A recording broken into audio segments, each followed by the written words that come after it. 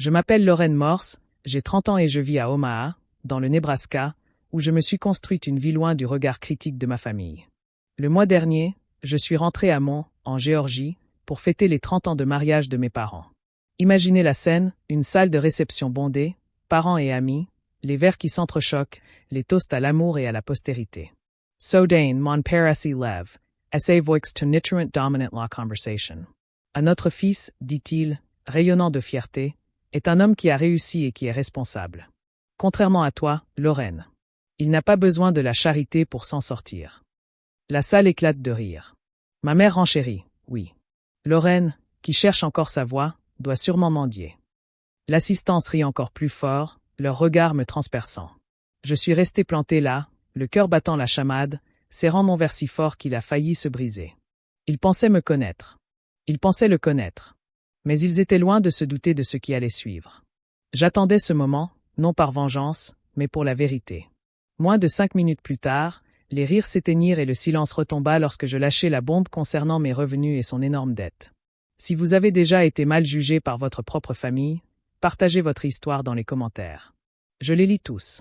Ayant grandi dans la banlieue de Mongolie, en Géorgie, ma famille semblait incarner la perfection bourgeoise. Notre maison à 2 étages, située dans une impasse tranquille, avait une pelouse impeccablement tondue, un panier de basket dans l'allée et un réfrigérateur toujours rempli de cannabis. Mon père, un ancien gérant de magasin, gérait la maison comme un commerce. Tout devait être en ordre, surtout pour nous, les enfants. Ma mère, ancienne comptable devenue mère au foyer, tenait les comptes à jour et les albums photos de famille étaient toujours impeccables. Mais derrière la clôture blanche, il y avait un favori incontesté, mon frère aîné, Evan. Depuis que je savais lasser mes chaussures, Evan était la star. César était accroché au mur du salon, à côté de ses trophées de football. « Regarde ton frère », disait mon père en désignant la collection comme s'il s'agissait d'une pièce de musée. « Il va devenir très bon. » Evan s'en délectait, se promenant avec un sourire, toujours prêt à me rappeler comment il avait brillé en maths ou marqué le but de la victoire. Pendant ce temps, mon don pour les chiffres, pour repérer les tendances et pour analyser les données ne me laissait qu'un soupir d'exaspération. C'est un passe-temps, Lorraine. Pas une carrière, soupirait ma mère en jetant mes croquis à la poubelle. Mes notes étaient bonnes, mais elles n'auraient jamais fini sur le mur. Mes projets artistiques, mes expériences de programmation, rien de tout cela ne comptait pour eux. Je rêvais. Quand j'ai dû choisir une université à 18 ans, Evan en avait déjà 21 et étudiait la gestion d'entreprise à Georgia State, prêt à conquérir le monde de l'immobilier. Mes parents lui ont organisé une fête d'adieu et ont invité la moitié du quartier à trinquer à son avenir. Il a un plan, s'est vanté papa en buvant sa bière avec les voisins. Je voulais étudier l'analyse de données, mais quand j'en ai parlé, maman a ri. Qu'est-ce que ça veut dire? Tu vas te retrouver au chômage. Mon père était plus direct, s'en tenant à quelque chose de plus concret, comme ton frère. Assise à la table de la cuisine, je fixais ma lettre de refus d'une école d'ingénieur prestigieuse que je ne pouvais pas me permettre, me sentant comme une étrangère chez moi. Evan, lui, avait un nouvel ordinateur portable, une voiture et était constamment complimenté pour son ambition. Ce n'étaient pas seulement les compliments qui me blessaient. C'étaient les petites choses. Comment mes parents laissaient tout tomber pour regarder les matchs d'Evan, mais oubliaient mon exposition scientifique.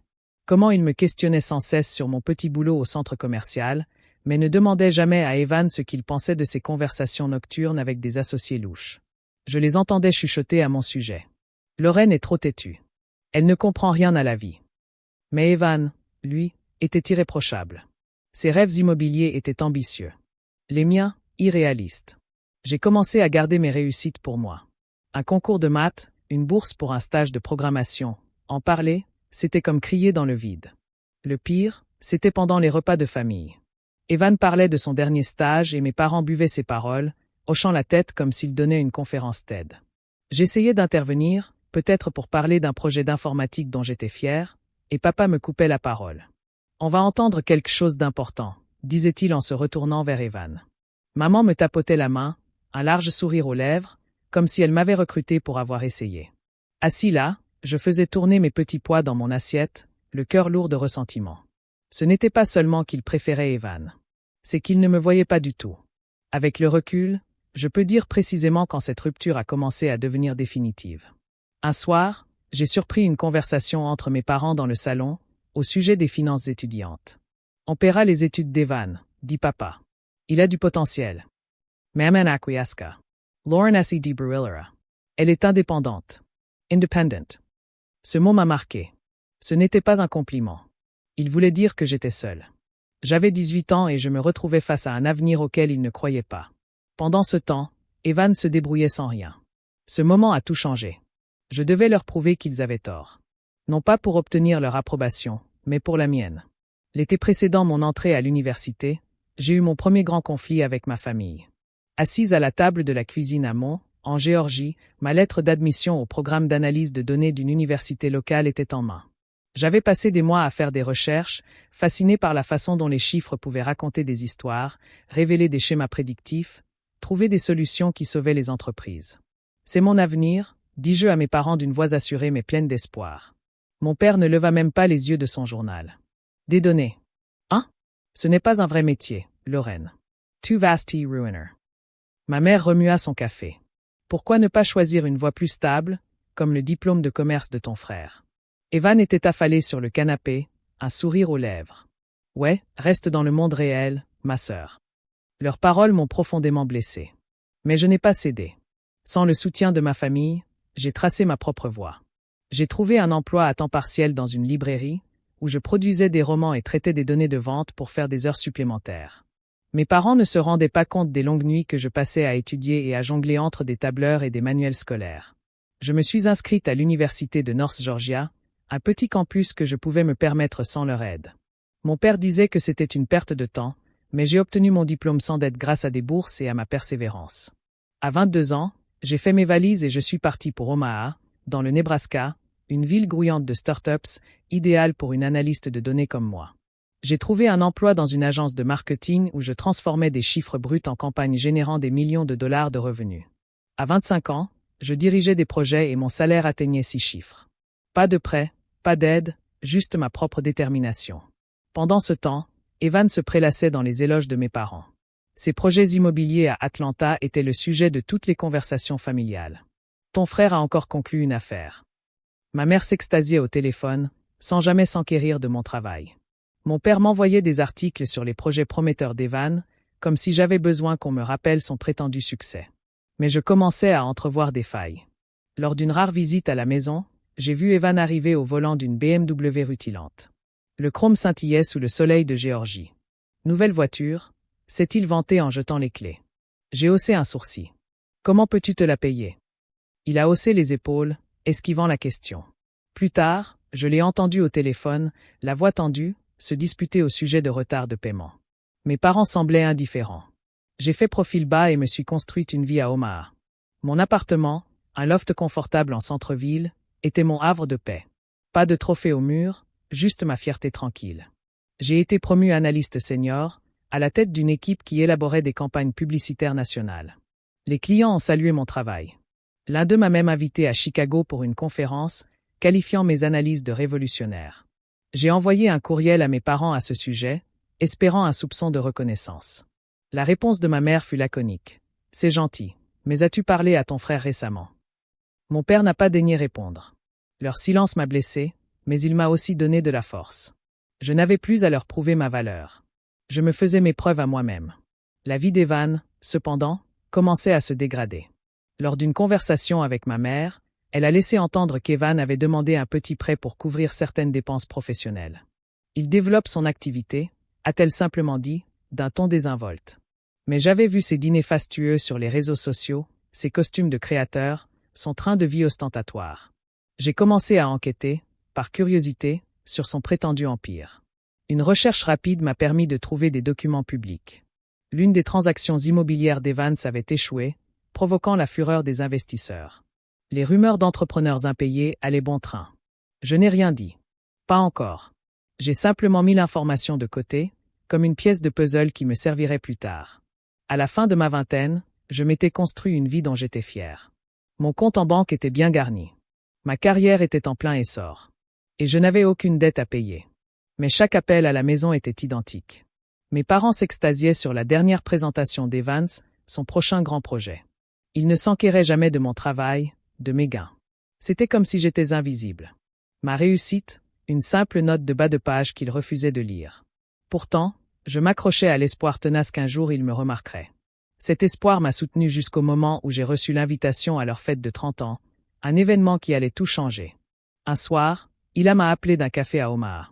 Sa voix était basse mais pressante. « Len, il faut que tu entendes ça », m'a-t-elle dit, interrompant à peine sa sirote. Ila, ma meilleure amie et journaliste indépendante, avait le don de dénicher les secrets. Elle avait entendu un collègue, lors d'un événement de réseautage, mentionner le nom de mon frère en lien avec des transactions immobilières douteuses à Atlanta. On parlait d'Evans au-dessus de lui. Elle m'a dit que ces mots m'avaient marqué. Il était question de prêts impayés et d'investisseurs furieux. Je me suis adossé à ma chaise et j'ai fixé l'écran de mon ordinateur portable, partagé entre curiosité et appréhension. Ila n'a pas insisté, mais elle a vu mon expression. « Tu n'es pas seule », a-t-elle murmuré. « Quoi que tu découvres, tu le sais. » Ces mots étaient comme une bouée de sauvetage, ils semblaient me scruter pour deviner ce que j'allais révéler. Je me suis plongé dans mes recherches, mon cerveau d'analyste de données en ébullition. Les archives publiques ont été mon premier réflexe. Quelques clics ont révélé le nom d'Evan associé à une série de projets immobiliers ratés. Des immeubles jamais construits, des terrains commerciaux laissés à l'abandon. Des documents judiciaires montraient qu'il devait plus de 70 000 $ à ses créanciers et que ses dettes s'accumulaient sur ses propriétés. J'ai épluché les registres de la société. Son empire n'était qu'un château de cartes, soutenu par des prêts risqués et des promesses en l'air. J'ai eu la nausée en découvrant tout cela. Evan n'était pas le fils prodige que mes parents m'avaient décrit, croulant sous les dettes. Le pire, c'était d'apprendre que mes parents le couvraient. Lors d'une conversation téléphonique tendue, ma mère a lâché qu'ils avaient envoyé de l'argent à Evan pour l'aider. Il traverse une période difficile. Elle a insisté sur un ton défensif. Ton frère a de grands projets. J'ai insisté pour savoir combien il lui avait donné. Elle a évité de dire que c'était une affaire de famille, Lorraine. Mais je n'allais pas en rester là. J'ai creusé davantage et j'ai consulté les relevés bancaires d'un compte joint que mes parents utilisaient encore. Ils avaient transféré des milliers de dollars à Evan, des sommes qu'ils n'avaient pas les moyens de se permettre. Le fonds de retraite de mon père s'amenuisait et ma mère avait pris un emploi à temps partiel pour payer les factures. Ils laissaient filer l'argent pour maintenir la façade d'Evan, alors que leurs propres finances étaient au bord du gouffre. J'ai confronté mon père au téléphone, d'un ton calme. « Pourquoi le renfloues-tu » lui ai-je demandé. Il a sifflé en retour. « Ton frère est en train de construire quelque chose de concret. Tu ne peux pas comprendre. » Son licenciement a été douloureux, mais ce n'était pas nouveau. Ce qui était nouveau, c'était l'accumulation des preuves. J'ai trouvé des courriels entre Evan et un prêteur demandant des reports de paiement qu'il ne pouvait pas honorer. Une autre recherche a révélé un forum où des entrepreneurs se plaignaient de ces factures impayées. Plus j'en découvrais, plus c'était clair. Le succès d'Evan n'était qu'un mirage, bâti sur des mensonges et du temps emprunté. La conversation de Leila avait allumé l'étincelle, mais c'est mon intuition qui m'a poussé à rester dans le milieu. J'ai commencé à remarquer des schémas dans le comportement d'Evan. Sa façon d'esquiver mes questions sur son entreprise, ses publications sur les réseaux sociaux où il se vantait de vacances et de montres qu'il ne pouvait absolument pas se permettre. Je me suis souvenu d'une conversation familiale où il s'était vanté d'un nouveau contrat, mais sa voix s'était brisée lorsque ma mère lui avait demandé des détails. Mes parents ne l'avaient pas remarqué, trop occupés à louer son ambition. Moi, si. Cette faille a été le premier fil que j'ai tiré, révélant le mythe qu'ils avaient construit autour de lui. Plus j'enfonçais les choses, plus j'étais en colère, non seulement contre Evan, mais aussi contre mes parents qui le laissaient faire. Ils me faisaient la leçon sur la responsabilité tout en envoyant de l'argent dans un navire qui coulait. J'ai pensé à dénoncer Evan, mais je me suis retenu. Le confronter maintenant lui donnerait un indice. Et je voulais des preuves concrètes avant d'agir. Alors je me suis tue et j'ai conservé des captures d'écran, des documents, tout ce qui pourrait révéler la vérité. La fête des 30 ans de mes parents approchait, et quelque chose me disait que ce serait le moment idéal pour rétablir la vérité. Un mois avant la fête des 30 ans de mes parents, j'ai reçu un courriel de ma mère, accompagné d'une invitation numérique somptueuse. Ils organisaient une grande fête à Mont, en Géorgie, dans une salle de bal élégante, avec traiteur, orchestre et une liste d'invités remplie de parents et d'amis de longue date. Nous faisons tout notre possible, écrivait-elle, rayonnante de fierté. Je suis resté planté devant l'écran, l'estomac noué. Mes parents n'étaient pas du genre à gaspiller de l'argent comme ça. Surtout pas avec leur épargne retraite qui fondait comme neige au soleil et le nouveau boulot à mi-temps de ma mère dans une banque du coin. Il y avait quelque chose de louche. J'ai réservé un vol d'Omaha à Mont, bien décidé à comprendre ce qui se tramait. En arrivant dans la maison de mon enfance, l'atmosphère était lourde de tension. Mon père était au téléphone, en pleine dispute avec quelqu'un au sujet d'un échéancier de paiement. Ça se lisait sur son visage. Ma mère épluchait les menus du traiteur, grommelant sur les prix, mais éludant mes questions. C'est une occasion spéciale, a-t-elle dit en évitant mon regard. J'ai remarqué une pile de factures sur le plan de travail de la cuisine, avec des avis de retard de paiement de la caisse de crédit. Plus tard, j'ai entendu mon père murmurer à ma mère, « On paiera aussi la part d'Evan. » Mon cœur s'est serré. Ils avaient contracté un prêt, non seulement pour la fête, mais aussi pour aider mon frère une fois de plus. J'ai vérifié leur relevé bancaire, 5 000 $ transférés à Evan le mois dernier, plus un prêt de 10 000 $ pour la salle. Leurs économies étaient presque épuisées. J'ai confronté ma mère dans le salon, en gardant mon calme. « Pourquoi empruntez-vous de l'argent pour ça ?» ai-je demandé. Elle a fait un geste de la main pour me congédier. « Ton frère nous aide grâce à ses relations. Il s'en sort bien. » Mais je savais la vérité. Les relations d'Evan n'étaient qu'une façade. Ses dettes s'accumulaient et mes parents se cachaient avec lui. Je n'ai pas insisté. Il n'aurait fait que creuser davantage. Alors, j'ai commencé à me préparer. S'ils voulaient exhiber Evan comme leur fierté, je leur montrerais la vérité. J'ai passé des nuits dans mon ancienne chambre à constituer un dossier de relevé bancaire prouvant mes déclarations de revenus à 6 chiffres, sans aucune dette, ainsi que des copies des dettes d'Evan et des plaintes des créanciers. J'ai tout organisé dans une présentation impeccable. Chaque chiffre était une arme de plus dans mon arsenal. La veille de mon départ pour lundi, j'ai retrouvé Hila pour un café à Omaha. Elle était en ville pour une mission de pigiste, couvrant une conférence sur les technologies. Nous avons parlé de son dernier article, un article sur les échecs de start-up. Beaucoup de grands parleurs finissent par se planter, a-t-elle dit en sirotant son expresso. J'ai acquiescé, pensant à Evan, mais je n'ai rien dit. Hila n'était pas curieuse. Elle savait que je traversais une période difficile sur le plan familial, mais elle n'y a pas prêté attention, se contentant de parler de délais et de rédacteur en chef.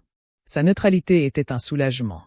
Je n'avais pas besoin d'être encouragé, juste d'un moment de répit avant la tempête. De retour lundi, j'ai aidé mes parents à finaliser les préparatifs de la fête et je me suis retenu de répondre aux éloges qu'ils faisaient du dernier contrat d'Evan à qui voulait bien les écouter. Lors d'un barbecue familial, le père d'Evan lui a tapoté l'épaule et a dit au cousin. Mon fils a le sens des affaires. Evan sourit, mais son regard se posa sur moi comme s'il savait que je l'observais. Je lui rendis son sourire en souriant à mon dossier de preuves, bien rangé dans ma valise.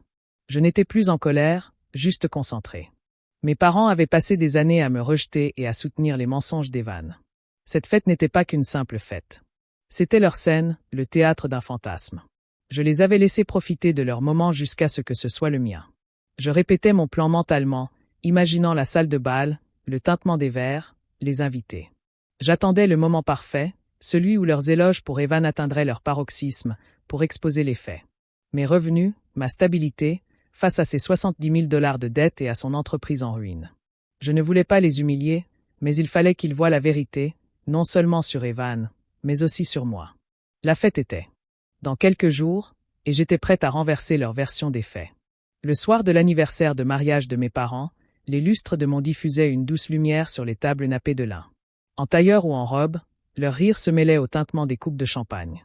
Je me tenais près du bar, ma mallette rangée dans mon sac, le cœur battant la chamade. Mon père monta sur scène, sa voix résonnant dans le micro. 30 ans de mariage, annonça-t-il en levant son verre. Et nous sommes particulièrement fiers de notre fils, Evan, un vrai fonceur qui a réussi. La foule applaudit et ma mère afficha un large sourire. Contrairement à Lorraine, ajouta-t-elle d'un ton sec, qui peine encore à joindre les deux bouts, probablement amandier. Des rires parcoururent la salle, parents et amis me regardant avec pitié ou amusement. Je saisis mon sac, mes ongles s'enfonçant dans le cuir. Evan se tenait droit à côté de mes parents, savourant leurs compliments, son costume impeccable, mais son regard était soucieux. Je croisai son regard, une lueur d'inquiétude traversant son visage. Mon père poursuivit, « Evan a bâti une vie de succès et de responsabilité, une chose que nous admirons tous. » Les applaudissements redoublèrent, mais j'en avais assez. Je m'avançai, ma voix perçant le brouhaha. Un bruit. Puis-je dire quelque chose? Le silence se fit dans la salle, tous les regards se posant sur moi. Je sortis mon dossier, les mains fermes malgré l'adrénaline. Vous vous trompez, dis-je en regardant mes parents. Je ne m'en dis rien. Je gagnais un salaire à 6 chiffres comme analyste de données à Omaha, sans aucune dette. Je brandis mes relevés bancaires, les chiffres étaient clairs. Un sanglot parcourut l'assistance. Puis je me tournai vers Evan. Mais mon frère, il n'est pas celui que vous croyez. Je présentai les preuves, documents judiciaires, déclarations sous serment et plaintes de créanciers. Evan devait plus de 70 000 $ suite à des échecs dans l'immobilier. Ses projets s'étaient effondrés, laissant les investisseurs sans ressources. Le silence se fit dans la salle, l'atmosphère devint pesante. Mon père pâlit, ses lunettes tremblèrent. Le sourire de ma mère s'effaça, son regard se posant sur Evan. Il ouvrit la bouche pour protester, mais je n'étais pas prête. « J'ai des reçus ?»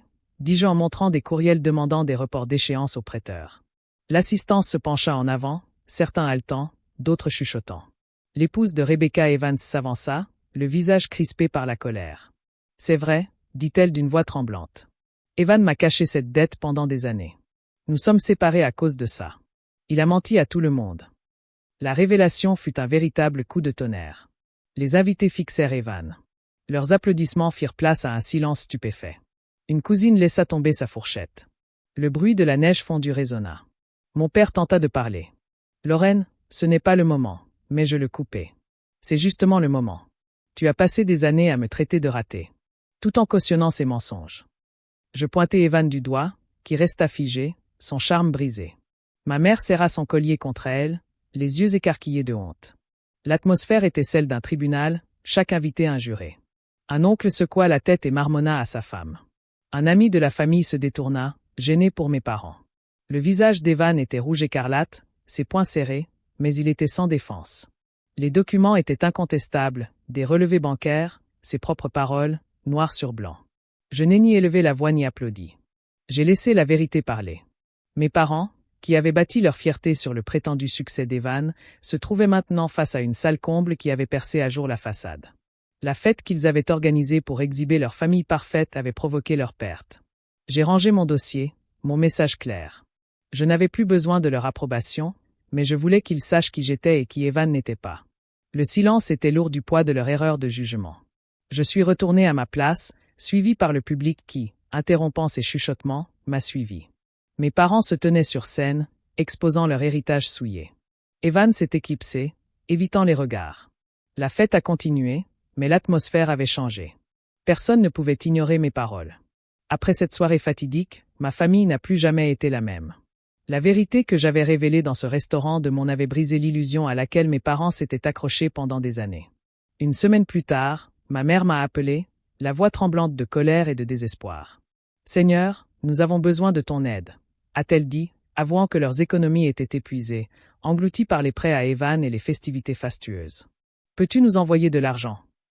Assise dans mon appartement d'Omaha, le regard perdu dans l'horizon de la ville, ma résolution se renforçait. « Non, » ai-je répondu fermement. « Tu as fait tes choix. » J'ai raccroché, et ce fut la dernière fois que nous nous sommes parlé. J'ai bloqué leurs numéros, leurs boîtes mail et leurs réseaux sociaux. La famille que j'avais espéré satisfaire appartenait désormais au passé. La chute d'Evan fut rapide. Ses dettes exposées au grand jour, les créanciers se sont jetés sur lui comme des vautours. Des documents judiciaires que j'ai découverts plus tard ont révélé que ces entreprises immobilières étaient officiellement en faillite. Ses biens ont été saisis pour couvrir plus de 70 000 $ de prêts impayés. Son appartement d'Atlanta, jadis symbole de sa réussite, a été saisi, le laissant en grande difficulté pour trouver un loyer abordable. Rebecca a demandé le divorce, refusant de vivre avec celui qui l'avait noyé sous un flot de mensonges. Je lui faisais confiance, m'a-t-elle confié lors d'une brève conversation, la voix empreinte de regret. Il nous a détruits. Je l'ai écouté, sans lui offrir la moindre consolation. Sa douleur était bien réelle, mais la mienne l'était tout autant. La vie de rêve d'Evan, bâtie sur des emprunts, et la foi aveugle de mes parents s'étaient effondrées. Mes parents étaient confrontés à leur propre épreuve. Le cercle d'amis qu'ils avaient cultivé à Montgomery se refroidissait. Les proches qui avaient applaudi les vantardises d'Evan lors de la soirée murmuraient désormais sur ses échecs. Un ami de la famille, autrefois un habitué de leur barbecue, avait cessé de les inviter. Les partenaires de golf de mon père commençaient à éviter ses appels, gênés par le spectacle de la soirée. Ma mère, qui avait toujours été fière de sa réputation irréprochable, se sentait mal à l'aise lors des réunions de son club de lecture, les membres évitant son regard. Leur statut de couple bourgeois parfait, si soigneusement choisi, était désormais remis en question.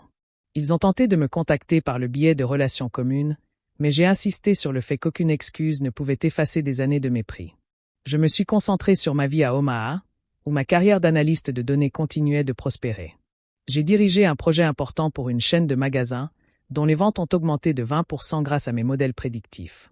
Mon équipe a organisé une petite fête et j'ai invité Hila, qui était en ville pour une réunion technique. Nous étions assises dans un centre de conférence chic, sirotant un café hors de prix et discutant de son dernier article sur la protection des données. « Tu es génial », m'a-t-elle dit en souriant à son carnet rempli de notes de l'événement. Je lui ai souri en retour, reconnaissante de son amitié, mais heureuse qu'elle ne se soit pas mêlée de mes problèmes familiaux. Notre conversation est restée légère, centrée sur le travail et les tendances du secteur, une pause bienvenue dans le chaos que j'avais laissé derrière moi. Evan a essayé de me contacter une fois, un message vocal décousu, me demandant un prêt pour se remettre sur pied. Sa voix s'est brisée, dépouillée de sa vantardise habituelle. Je l'ai supprimé sans répondre. Il avait fait son choix, voiture de luxe, faux contrat, mensonge à tout le monde, et je ne comptais pas le soutenir. Les registres publics indiquaient qu'il avait déménagé dans un petit appartement et qu'il enchaînait les petits boulots pour survivre. Rebecca, désormais libre de lui, avait déménagé à Savannah et avait recommencé sa vie comme enseignante. Je ne l'ai pas contacté. Nos chemins s'étaient séparés, et je n'avais aucune envie de me retourner. La situation de mes parents s'assombrissait. Un cousin m'a dit qu'ils avaient déménagé dans une maison plus petite et qu'ils ne pouvaient plus rembourser leur ancien prêt immobilier. Le travail à temps partiel de ma mère à la banque était devenu un temps plein. Elle passait ses soirées à tenir les comptes au lieu d'organiser des dîners. Mon père, jadis le fier patriarche, perdait peu à peu confiance en lui.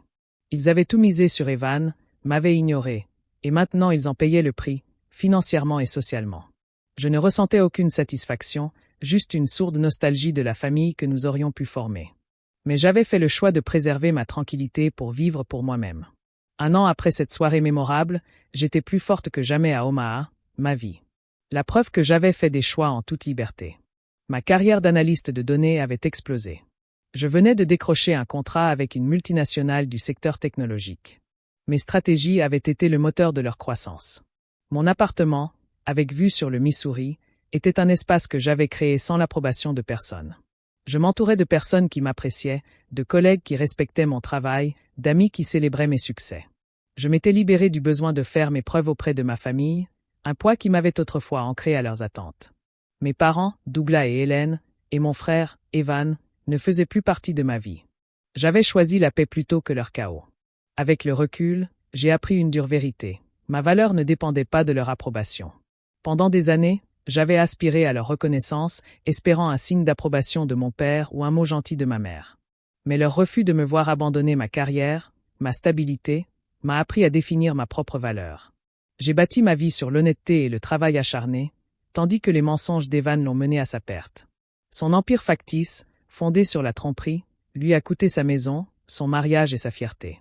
La foi aveugle de mes parents en lui les a dépouillés de leurs économies et de leur statut social. Vivre dans le mensonge, j'ai compris, à un prix qu'ils ont tous payé très cher. Ce parcours ne visait pas seulement à exposer les échecs d'Evan. Il s'agissait de reconquérir ma vérité.